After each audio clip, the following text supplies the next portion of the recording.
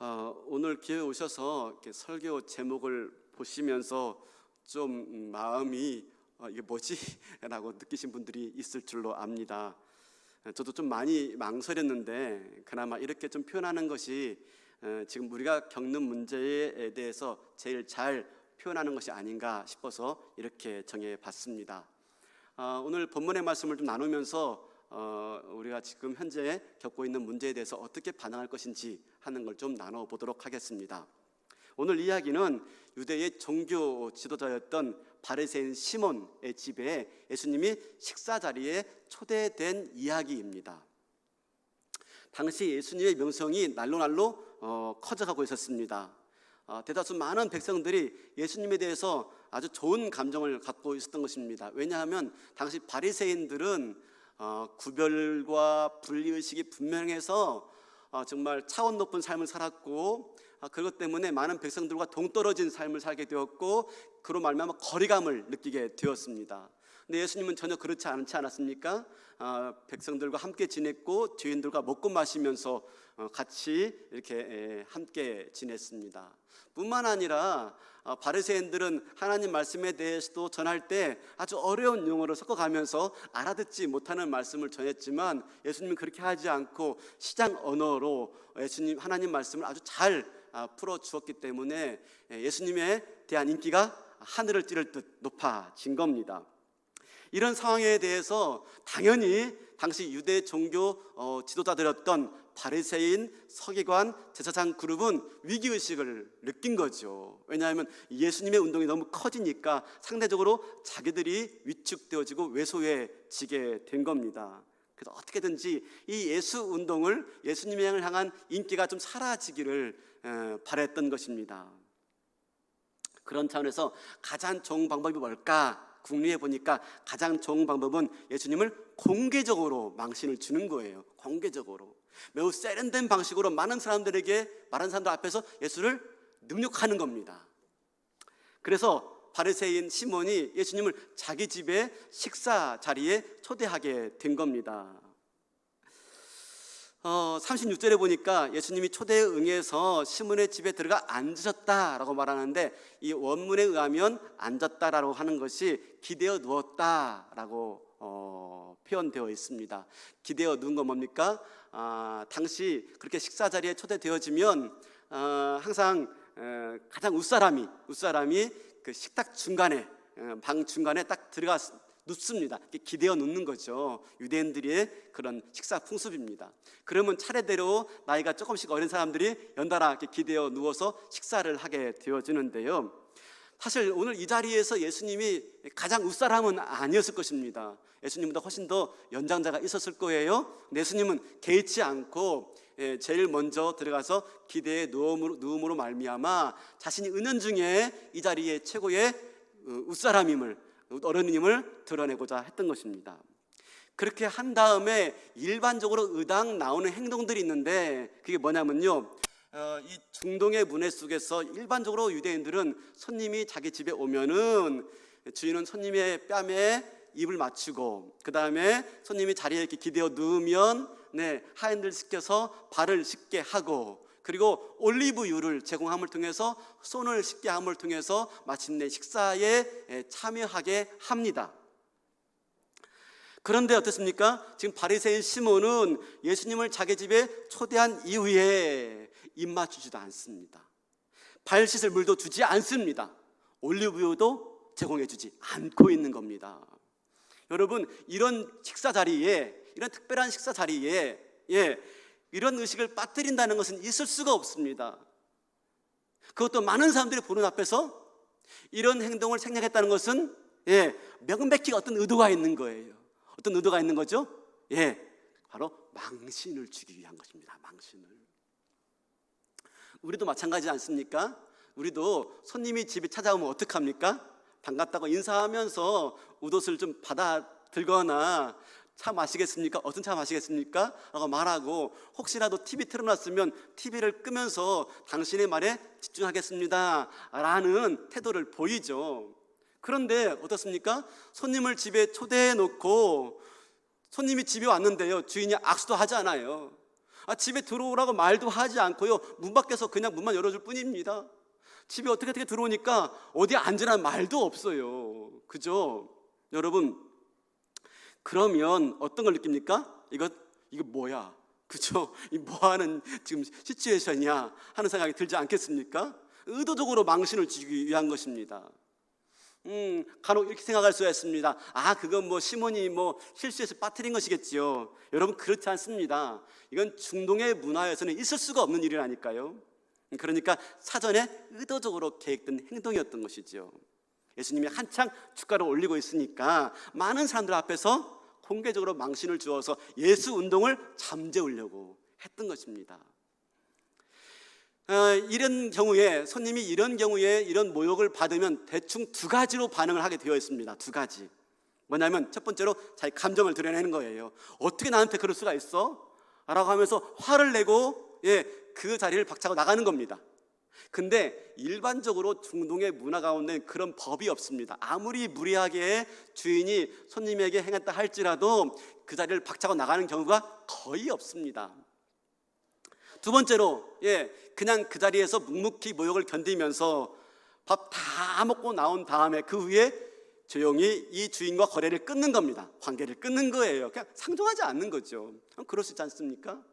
근데 만약에 예수님이 이 두 가지 행동 중에 어떤 행동을 취했다면 바리새인 시몬은 어떻게 했겠습니까?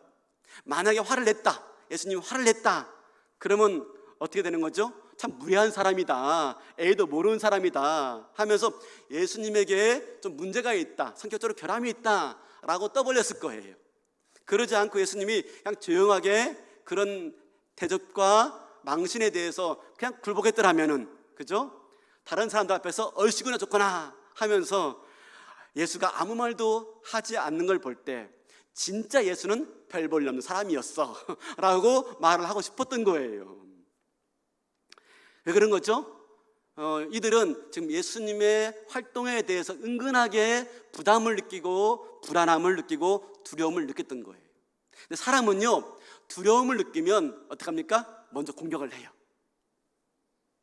그죠? 그래서 예수님에 대해서 두려움 느끼기 때문에 먼저 공격을 하고 있는 겁니다. 저는 지난주부터 시작해서 이번 주까지 연 2주 매우 불편한 시간을 가졌습니다. 아마 저뿐만 아니라 한국에서 목회하는 목회자 대부분들이 아마 이런 감정을 느꼈을 것입니다. 중대본에서 발표한 그 방역 지침 때문이죠. 그동안 교회가 정부의 방역 지침에 얼마나 적극적으로 협력했는지 아마 잘 아실 거예요. 우리 교회도 그렇게 했으니 말입니다. 그런데 정부의 조치가 유독 교회만 지목해서 그런 조치가 내려온 겁니다. 그로 인해서 일반 국민들에게 교회가 어떤 곳인지 혐오시설로 인식될 수 있도록 조장되고 만 거예요. 물론 그 전에 교회의 잘못이 전혀 없지는 않습니다. 처음에 신천지의 문제로 인해서 같이 폄하되었고요, 교회가. 또 일부 신비주의적 은사운동을 하는 교회들의 어처구니 없는 모습으로 인해서 교회가 같이 취급된 점도 없지 않아 있습니다. 이런저런 면에서 교회가 겸허하게 반성할 부분도 있지요. 그런데 그 이후에 벌어지는 교회에 대한 언급들은 사실 좀 부당하다라고 느껴질 정도로 교회에서 감염되어지고 교회에서 확산된 것보다도 바로 확진자의 동선이 공개되는 탓에 교회가 거론됐던 것들이 훨씬 많습니다. 훨씬. 최근 들어서 이 무증상 감염자들 때문에 이 동선 파악이 되지 않고요, 어디에서 감염됐는지를 알 수가 없는 거예요. 그래서 버스를 타다 그랬는지 식당에 그랬는지 잘 알 수 없는데 유독 교회만은요, 교회에 오면은 신상 명부가 딱 기록되어 있지 않습니까? 출석부가 딱 기록되어 있지 않습니까? 확 드러나는 거예요. 그래서 교회에 온 사람들을 다 전수조사하게 되어지고 검사를 하다 보니까 검사 건수가 많아지고 그로 인해서 이렇게 확진자가 더 많이 노출되는 경우는 종종 있습니다. 그러나 그와 달리 수치적으로 볼 때 교회가 유독 너무 과한 그런 평가를 받고 있는 게 사실인 것입니다. 전후 사정 없이 교회에 대한 이해 없이 무조건 그 사안별로 교회에 이런저런 것들을 금하고 제재하는 방침이 내려오게 된 겁니다. 그래서 이것 때문에 이 일상에서 많은 곳에서, 곳곳에서 교회 가는 문제에 대해서 제재가 걸리게 된 거예요.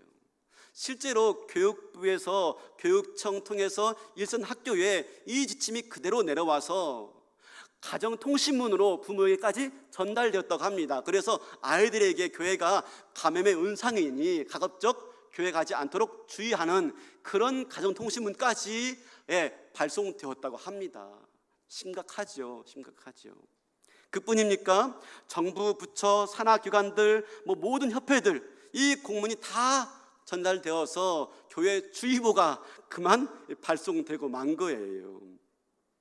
심지어 어떤 지자체에서는요, 저 구리시가 같은 곳인데 지금은 수정했다고 하지만 국민안전신고제를 제시한 겁니다. 그래서 혹시라도 교회가 방역지침을 안 지키는 교회가 있으면 발견해서 신고하라, 그러면 포상금을 주겠다라고까지 한 겁니다. 난리가 난 거죠. 난리가.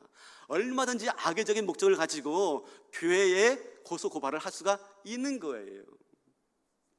여러분, 이 모든 것들을 발견할 때 물론 중대본의 원래의 의도는 그게 아니라 할지라도 그로 말미암아서 2차, 3차 피해가 너무나 많이 교회에 향하고 있는 것이죠. 이건 명백하게 교회에 대한 차별이고 교회에 대한 수모이며 교회가 겪는 망신이라 하지 않을 수가 없습니다. 사실 우리가 얼마나 열심히 노력했는데, 그죠? 저도 이런 문제를 겪고 나서 교회에 대한 또 지자체와의 관계 속에서 교회에 대한 이해를 구하고 협조를 구하기 위해서, 소통하기 위해서 지지난주에는 시청 방문해서 담당 공무원과 대화를 하였고요, 지난주에는 또 시장님과 면담을 하면서 이런 문제에서 이해를 구하고 협조를 구하고 소통을 하게 되었습니다. 성도들의 신앙생활과 예배생활을 돕는 차원에서 이리 뛰고 저리 뛰고 있는 중에 어느 날 기도하던 가운데 불현듯 한 가지 생각이 제 마음속에 떠오르게 되었습니다. 이런 이 조치를 통해서 망신당하고 있는 곳은 비단 교회만이 아니겠구나 하는 생각이 들게 된 겁니다. 사실 처음에는 이런 조치가 반드시 교회에 대한 망신과 그리고 목회자에 대한 그런 모욕으로만 느꼈습니다. 그래서 순간순간 이거 너무 과한 거 아니야? 하면서 분노하고, 또 그 동시에 그리스도인으로서 또 목회자로서 어떤 수치심 아닌 수치심을 느끼게 되었습니다. 그러다가 기도하던 가운데 이런 생각이 든 겁니다. 망신을 당하고 있는 것은 교회만이 아니구나. 정작 이런 상황 가운데 진짜 망신을 겪고 있는 분은 바로 우리 예수님이구나 하는 생각이 들게 된 겁니다. 정부로부터 사회로부터 교회가 이런 모욕과 핍박을 당하다 보니까 정작 이 일로 인해서 망신당하고 있는 예수님을 보지 못하고 있었던 것이죠. 우리보다 더 아파하실 주님을 보지 못했던 거예요. 우리가 겪는 수모보다도 더 큰 수모를 겪으시는 예수님을 우리가 놓치고 있었던 것이지요. 사랑하는 성도 여러분, 교회는 그리스도의 몸이라고 그럽니다. 맞습니까? 맞습니다. 교회는 그리스도의 몸이에요. 그러면 몸이 수모를 겪는다면 그 머리 대신 예수님은 어떻겠습니까? 그렇죠? 같이 수모를 겪을 수밖에 없는 겁니다. 여러분, 지금 이 수모는 교회가 겪고 있는 게 아니고요, 이 망신은 교회만 겪고 있는 문제가 아닙니다. 똑같이 우리 주님이 수모를 겪고 있고 망신을 지금 당하고 계신 것입니다. 생각이 여기까지 미치게 되어지자 예수님께 대해서 죄송스러운 마음이 드는 거예요. 죄송스러운 마음이. 그러면서 예수님을 묵상하게 되다 보니 오늘 본문의 말씀이 떠오르게 된 것입니다. 오늘 우리가 이 본문에서 바로 망신을 당하고 있는 주님을 보지 않습니까? 시몬이 의도적으로 예수님을 모욕하는 이 장면을 보고 있지 않습니까? 가만히 보고 있느라 보면 분노가 치밀어 오릅니다. 분노가, 그죠? 바리새인 시몬이 이 앞에 있으면 그냥 뭐라고 좀 해드리고 싶습니다. 그죠? 근데 그때 시몬의 집에 예수님이 들어갔을 때 또 한 명의 사람이 등장합니다. 그 사람은 거리의 여자였습니다. 창녀였죠. 창녀는 이 시몬의 집에 사람들과 함께 섞여서 그 집에 들어가게 되었습니다. 사실 이 중동의 문화에서 이런 일들은 매우 흔한 일이었습니다. 왜냐하면 당시 마을에서 쫓겨난 사람까지도 그런 잔치가 벌어지고 연회가 베풀어지면 의당 그런 사람들을 오게 합니다. 그래서 손님 뒤에 벽 뒤에 서 있다가 식사가 다 끝날 때쯤 되어지면 남은 음식을 그들에게 제공하곤 했던 것입니다. 왜요? 주인에 대한 칭송 때문입니다. 이 주인이 인품이 얼마나 훌륭하면 이렇게 마을에서 쫓겨난 사람까지도 위에서 음식을 베푸는가 하면서 그 사람, 그 주인의 명예가 올라가게 되어지고 칭송하게 되어지니 이런 일들이 빈번치 않게 발생하곤 했던 것입니다. 마찬가지로 그 틈에 여인이 섞여 있었던 거예요. 이 여인은 예수님을 만나고 싶은 마음 가지고 찾아온 겁니다. 예수님을 꼭 만나야 되겠다는 간절한 마음 가지고 예수님을 만나고자 왔던 거예요. 사실 이전에 이 여인이 예수님을 알았던 것 같습니다. 마을 사람들처럼 이 여인은 예수님이 죄인들을 영접하고 죄인들과 함께 먹고 마시는 것들을 보았어요. 더 나가서 이 여인은 하나님이 자신과 같은 자들을 용서하시고 자신과 같은 자들을 당신의 백성으로 삼으신다 하는 예수님 말씀을 이미 들었습니다. 하나님이 사람과 죄인들을 용서하시고 사랑하신다는 말씀을 들었을 때 이 여인은요, 그 말씀을 통해서 자기 존중감을 새롭게 발견하게 된 겁니다. 내가 이런 자구나. 내가 창녀였고 사람들에게 냉대를 당하며 무시를 당하는 존재였지만 우리 하나님은 나를 사랑하시고 나 같은 자를 위해서 친히 자기 아들을 보내주시고 십자가에 못 박아 구원하시기까지 나를 사랑하시는구나. 예수님의 십자가와 예수님의 그 보혈의 피를 통해서 자기가 어떤 자인지를 새롭게 발견하게 되어지고 자기 존중감이 새롭게 형성된 것입니다. 사랑하는 성도 여러분, 우리가 예수님을 만나야 될 이유가 바로 여기에 있어요. 우리가 예수님 만나면 반드시 한 가지가 변하는 게 있습니다. 이게 바뀌지 않으면 안 돼요. 이게 바뀌지 않는다면 그 사람은 아직 예수님을 진짜 만나지 않은 겁니다. 뭡니까? 자기 존중감. 내가 어떤 사람인가. 여러분, 이 자기 존중감은 에고이즘이 아니에요. 이 자기 존중감은 나르시즘이 아니에요. 나르시즘 아시죠? 나르시스가 거울에 비친 자기 얼굴 보고 이렇게 잘생긴 사람이 있어? 라고 자아도취적 이게 나르시즘이죠. 그게 아니에요. 예수님이 나 같은 자를 위해서도 피 흘려 죽었다는 것, 하나님이 나 같은 자를 위해서까지 자기의 가장 아까운 독자 아들까지 아낌없이 내어줬다는 이 사실로 말미암아 형성된 자아 존중감이에요. 교만하지 않아요. 그 마음은요, 겸손해요. 그러나 당당합니다. 그리고 자기 삶을 새롭게 살아가요. 새롭게. 이게 자아 존중감이 회복된 사람이에요. 바로 예수님과 만남을 통해서 이 여인이 바뀐 겁니다. 예수님은 이 여인에게 영향력을 미친 거예요. 그 내면이 바뀌게 된 거예요. 그래서 자기에게 이 기쁨을 주고 자기를 이렇게 회복시킨 예수님께 감사의 마음을 표현하고 싶었던 겁니다. 그 감격을 표현하고 싶었던 거예요. 마침내 시몬의 집에 연회가 열린다 하는 걸 알게 되어지고, 그리고 사람들과 함께 섞여 이 자리에 오게 된 거죠. 만나겠다는 열망으로 자기의 그 감격을 고백하고 표현하고 싶은 마음 가지고. 그러나 만날 기회가 없었습니다. 이제나 저제나 차에 기회를 엿보고 있는 가운데 한 장면이 이 여인에게 눈에 들어오게 되었어요. 다른 게 아니라 시몬이 사람들이 다 보고 있는 앞에서 공개적으로 예수님 망신을 주고 있는 겁니다. 입 맞추지도 않았고 발 씻겨드리지도 않고 예수님이 쓸모없는 사람처럼 가치 없는 존재처럼 취급하고 있는 거예요. 마치 예전에 자기를 대하는 그런 눈빛으로 말입니다.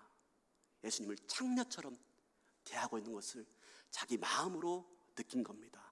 자기가 겪어봤거든요. 그 눈빛을. 그러나 이 여인이 볼 때 예수님은 자기의 존중감을 회복시킨 분이에요. 자신의 삶을 새롭게 변화시킨 분이에요. 그런데 사람들 앞에서 이 예수님을 창녀처럼 대하고 있는 거예요. 참을 수가 없는 거죠. 분노를 느꼈던 것입니다. 그러나 그런 가운데서도 아무것도 할 수 없는 자신의 무력함, 집주인에게 어떻게 그렇게 그럴 수 있냐고 따질 수도 없고, 옆에 있는 하인들에게 물 좀 갖다 주라고 말할 수도 없는 그런 무력감에 슬픔이 차올랐던 것이죠. 그래서 울음이 터지지 않을 수가 없었던 것입니다. 눈물이 쏟아지지 않을 수 없었던 것이지요. 여러분 어떻습니까? 지금 이 여인의 마음이 와 닿으십니까? 망신당하고 있는 그 예수님에 대한 그 마음이 와 닿으십니까? 여러분, 우리는 우리가 당하는 일에만 흥분합니다. 그죠? 내가 겪는 부당한 일에만 우리 분노합니다. 정작 예수님이 겪고 있는 수모와 예수님이 겪고 있는 망신에 대해서는 우리는 관심 없는 거예요. 여러분, 교회가 그분의 몸이라면, 몸이 수모를 겪는다면 당연히 예수님도 수모를 겪는 거예요. 우리를 통해서 수모당하시는 예수님, 우리를 통해서 망신당하는 예수님, 우리가 발견해야 돼요. 그래야 우리가 해야 될 일이 무엇인지를 바르게 알 수가 있고, 우리가 어떻게 반응하는 것이 옳은 것인지를 깨달을 수 있기 때문에. 마침내 그런 생각이 들게 되자 이 여인에게 한 가지 생각이 떠오르게 됩니다. 결심합니다. 그것은 무엇입니까? 내가 그럼 시몬의 잘못을 보상해야 되겠다는 겁니다. 시몬이 예수님께 입 맞추기를 거절했으니 내가 입 맞출 거야. 시몬이 예수님의 발을 씻기기를 거부했으니 내가 예수님 발 씻길 거야. 그렇게 해서 앞으로 나와서 예수님의 발에 눈물을 쏟고 자기 머리카락으로 그 발을 닦았던 것입니다. 더 나아가 그 발 앞에 자기를 던져 입 맞추기까지 하게 된 거죠. 여러분, 이건 상상도 할 수 없는 일입니다. 예전의 여인이라면, 회복되기 전의 여인이라면 상상도 할 수 없죠. 어떻게 감히 창녀가 바뀐 겁니다. 이제 예수로 말미암아서 자기 존중감이 생기고 당당함이 생기고 자기 행동에 대해서 책임이 있고 자기의 미래와 인생을 살아가는 삶의 결단이 있는 거예요. 자신이 있는 것이죠. 누가 뭐라고 하든지 자기를 표현하고 있는 것입니다.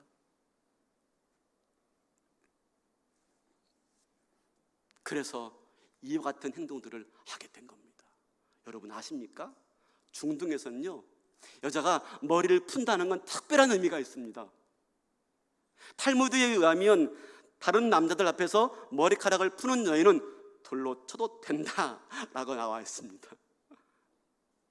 그리고 자기 아내가 머리를 묶지 않고 외출하는 것은요, 아내가 다른 남자와 같이 목욕하는 것으로 이해되었어요. 그래서 법적으로 얼마든지 이혼이 가능한 그런 상황이었어요. 말이 맞습니까? 머리 풀고 다니는 게, 머리 좀 묶지 않았다고 다른 남자와 함께 목욕하는 걸로 여기다니 심하죠. 실제로 지금도요, 일부 좀 보수적인 이슬람 문화권에는요, 남자 미용사가 여자의 머리를 미용하지 않습니다. 지금도 그렇습니다. 근데 우리나라는 헤어 디자이너들이 있잖아요. 그렇죠? 남자분들이 많잖아요. 가능하지 않은 일입니다. 얼마 전에 이란의 대통령이었던 라프산자니가요, 얼마 전이죠, 몇 해 전인데 지금 아니지만, 언론으로부터 질문을 받았어요. 왜 여자의 머리를 가릴 것을 그렇게 고집하십니까? 한 질문을 받자 이렇게 말했어요. 여자가 자기 머리를 가리는 것은 의무입니다. 여자의 머리카락은 남자를 자극하고 그릇된 길로 이끌고 타락시키는 분위기를 발산하기 때문입니다. 그죠? 머리카락이 뭐길래? 너무 남성적인 그런 사고방식이죠. 근데 유독 중동의 문화권에서 유독 여인이 한 번의 예외가 허용되어집니다. 자기의 머리를 푸는 일이 딱 한 번의 예배 가운데 허용되어지는데, 그때가 언제냐면 신혼 첫날 밤에 신부가 남편한테 머리를 풀어 처음 보입니다. 뭘 말하죠? 신랑에 대한 애정과, 그리고 최고의 헌신과, 그리고 충성을 표현하는 것입니다. 당신밖에 없습니다. 당신 나의 전부입니다. 내 모든 것 당신을 위해 존재합니다. 이 여인은 자기의 행동이 뭘 의미하는지 몰랐어요. 단지 예수님에 대한 감사와 감격 때문에 예수님에 대해서 최고의 마음을 표현하기 위해서 이리 했던 것이었어요. 근데 이것이 어떤 의미를 갖고 있는지 깨닫지 못하고 진행하다가 불현듯 큰일이구나 깨닫게 되었습니다. 그렇지만 이미 때는 늦은 거죠. 그리고 일이 여기까지 벌어진 이상 다시는 기회가 없을 것이라 생각했습니다. 예수님 만날 다시는 기회가 없을 것이다 해서 마침내 자기 갖고 있는 최고의 감격과 감사를 표현하게 이릅니다. 가슴속에 깊이 묻어두었던 향유를 꺼내서 예수님 발에 붓습니다.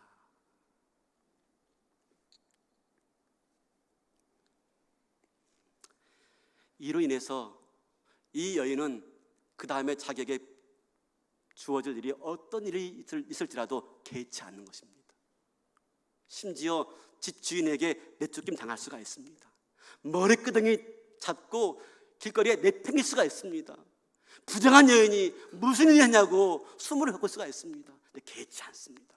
위험을 무릅쓰고 그 일들을 하고 있는 겁니다. 예수님께 자기의 최고의 존경과 최고의 기쁨과 감격과 헌신과 충성을 표현하고 있는 겁니다. 사랑하는 성도 여러분, 우리가 드린 예배가 바로 그겁니다.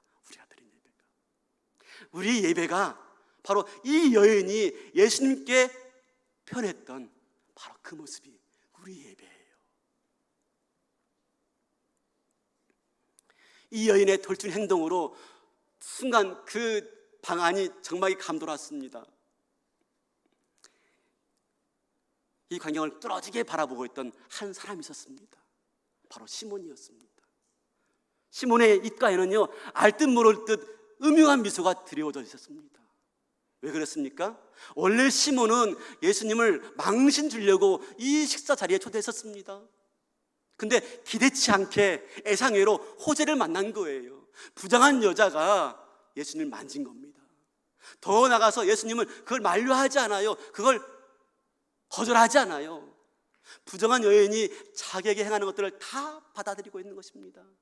이걸 볼 때 예수가 문제가 있다라고 판단한 겁니다. 39절 보니까 시몬이 이렇게 말을 하죠. 마음에 이르되 이 사람이 만일 선지자라면 자기를 만지는 이 여자가 누구며 어떠한 자 곧 죄인인 줄 알았으리라 하거늘. 죄인 창녀인데 이렇게 하다니, 이걸 허용하다니, 예수라는 작자는 선지자가 아닌 게 분명해 라고 인식된 겁니다.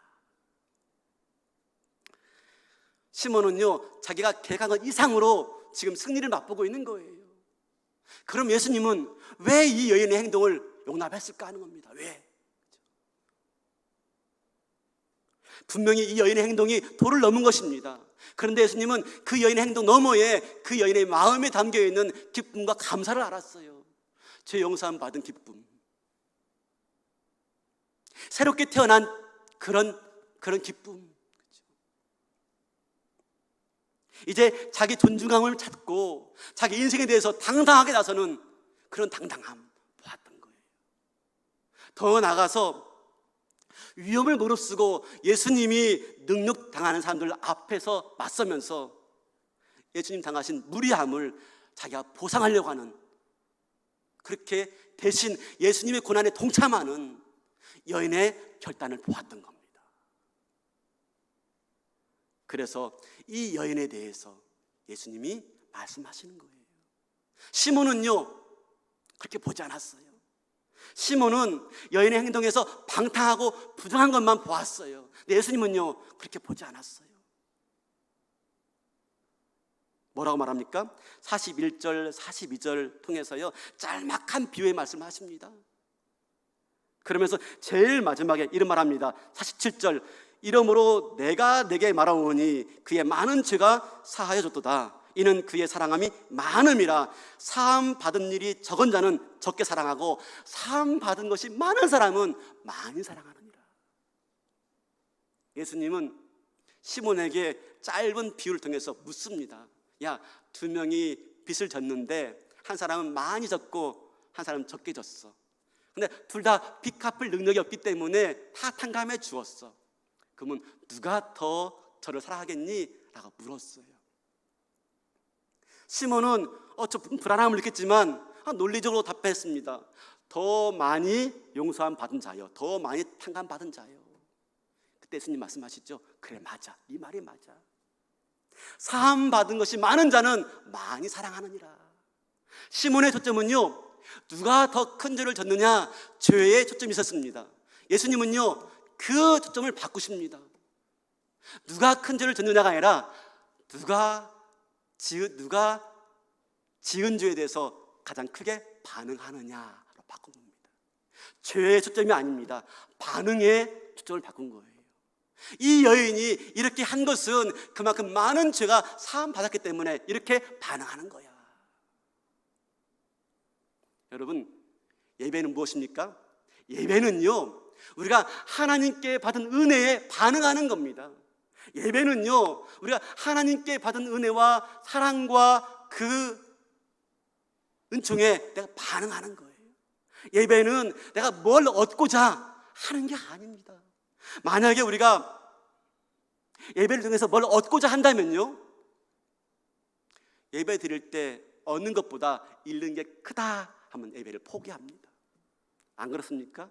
잘 생각해 보세요. 예배를 통해서 예배가 얻는 것이다 라고 생각한다면, 뭔가 얻는 것이 예배다 생각하신다면, 예배를 통해서 얻는 것보다 잃는 게 크다라고 생각하면 예배를 포기합니다. 맞죠? 맞죠? 그렇습니다. 여인은요, 그게 아니었던 거예요. 예배가 예배를 통해서 뭘 얻고 싶은 게 아니에요. 죄 용서를 받고 은총을 받고가 아니라 죄 용서를 받은 은혜에 감사하는 것입니다. 이게 예배인 것입니다. 여러분, 우리가 지금 예배하러 나왔습니다. 쉽지 않은 모습 가운데 예배하러 나왔죠. 얼마나 힘든지 마스크 끼고 찬송하는 것 정말 쉬운 일이 아닙니다. 어제 국민일보에 나온 기사인데요, 치유하는 교회 김의식 목사님이 쓴 글입니다. 옛날 우리 부흥이 하셨죠. 권사님들이 교회 나오시는 거, 나이 드신 권사님이 오늘 또 낙빈 권사님 나오셨는데, 근데 꼭 교회 나올 때마다 집에 전화 온답니다. 어머니 교회 안 갔지요? 안 갔어. 지금 어딘데요? 집이야. 그런답니다. 교회 나왔는데 집이야. 그런답니다. 옆에 있는 목사님이 권사님 그렇게 거짓말까지 하시니까, 왜 거짓말이에요? 아버지 집이 내 집인데. 아버지 집이 내 집인데 집이야. 맞다는 거예요. 그렇게까지 하시면서 교회 나오시는 게 쉬운 일이겠습니까? 그죠? 사람들의 눈초리가 있고 말이 있는데 얼마나 위험을 무릅쓰고 불편함을 무릅쓰고 예배드리는 것인지.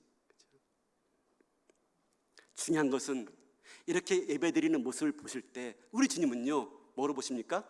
최고의 헌신과 최고의 감격으로 최고의 충성을 표시한 걸로 하나님 보신다 하는 겁니다. 우리 주님은 우리 예배를 그렇게 보십니다. 어떤 집사님이 중대본 발표가 있은 후에 교회를 가는데, 교회 가는 자기의 모습을 향해서 남편이 이렇게 말하더랍니다.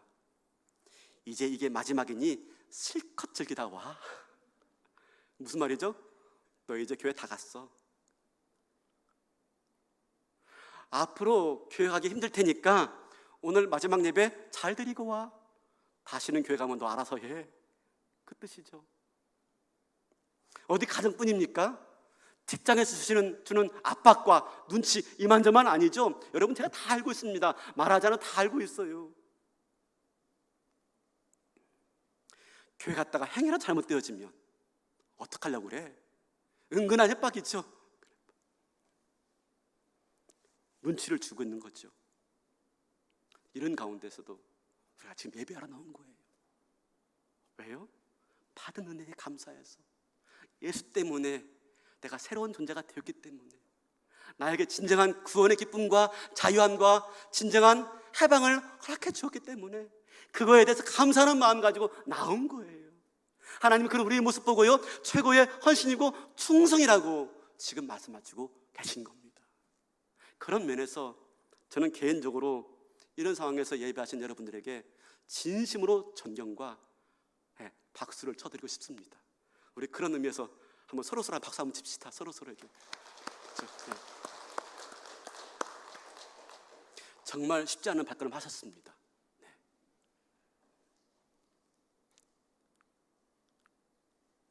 이 발걸음, 그죠? 바라기는 예수님이 최고의 헌신과 충성으로 보고 있다는 것 꼭 기억하시기 바라겠습니다. 그리고 위축되지 마시고요, 더 힘내시길 바라겠습니다. 말이 나온 김에 한마디 더 말씀을 드리겠습니다. 혹시라도 교회 왔다 간 후에 검사 결과 확진되었다 하더라도 교회에 대해서 절대로 미안한 마음 갖지 마십시오.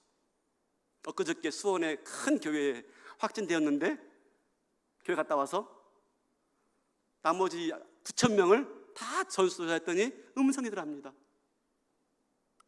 마스크 끼고 잘 방역지침을 지킨 겁니다. 나 때문에 이 여러 사람들이 고생했으니 미안해, 교회 안 갈 걸. 여러분, 예배 드리는 것에 대해서 위축되지 마십시오. 이게 여러분들의 잘못이 아닙니다. 우리가 아무리 잘한다 할지라도 이런 일들은 어디서나 발생할 수가 있습니다. 어디서나. 이제는 그렇습니다. 어디서나. 그죠? 이제 우리 사회는요, 코로나와 함께 가는 사회예요. 맞죠? 그래서 위드 코로나라고 말을 합니다. 그러니까 여러분, 염려하지 마시고요, 그것 때문에 비난할 사람 아무도 없고 탓할 사람 아무도 없습니다. 더 나아가서 우리 주변에 그런 확진자가 발생한다 하더라도 비난하지 마셔야 돼요. 탓하지 마셔야 돼요. 그냥 집에 있으라니까 하지 마셔야 돼요. 최소한 공동체는요, 아플 때 함께하는 곳입니다. 힘들 때 위로하는 곳입니다. 같이. 두려워하지 마시고요, 염려하지 마시고요, 예배하는 일에 담대하시길 바라겠습니다.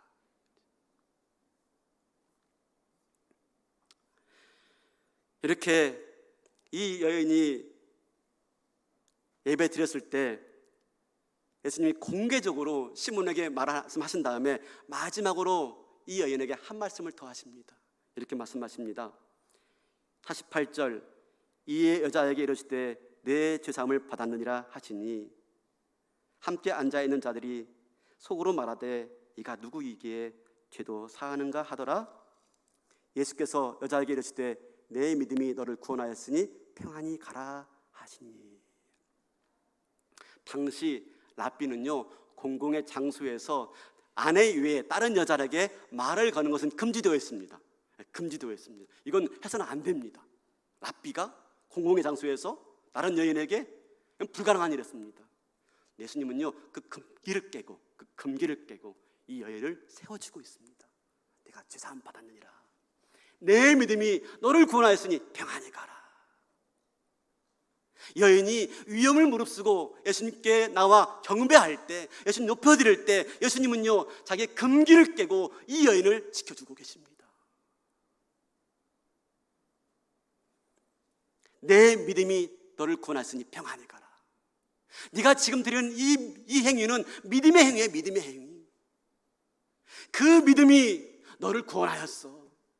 그리고 그 믿음의 힘이 내 인생을 평안하게 이끌어 갈 거야 라고 선포해 주고 있습니다.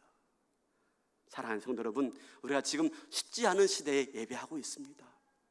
우리 예배는 무엇을 얻고자 나온 게 아닙니다.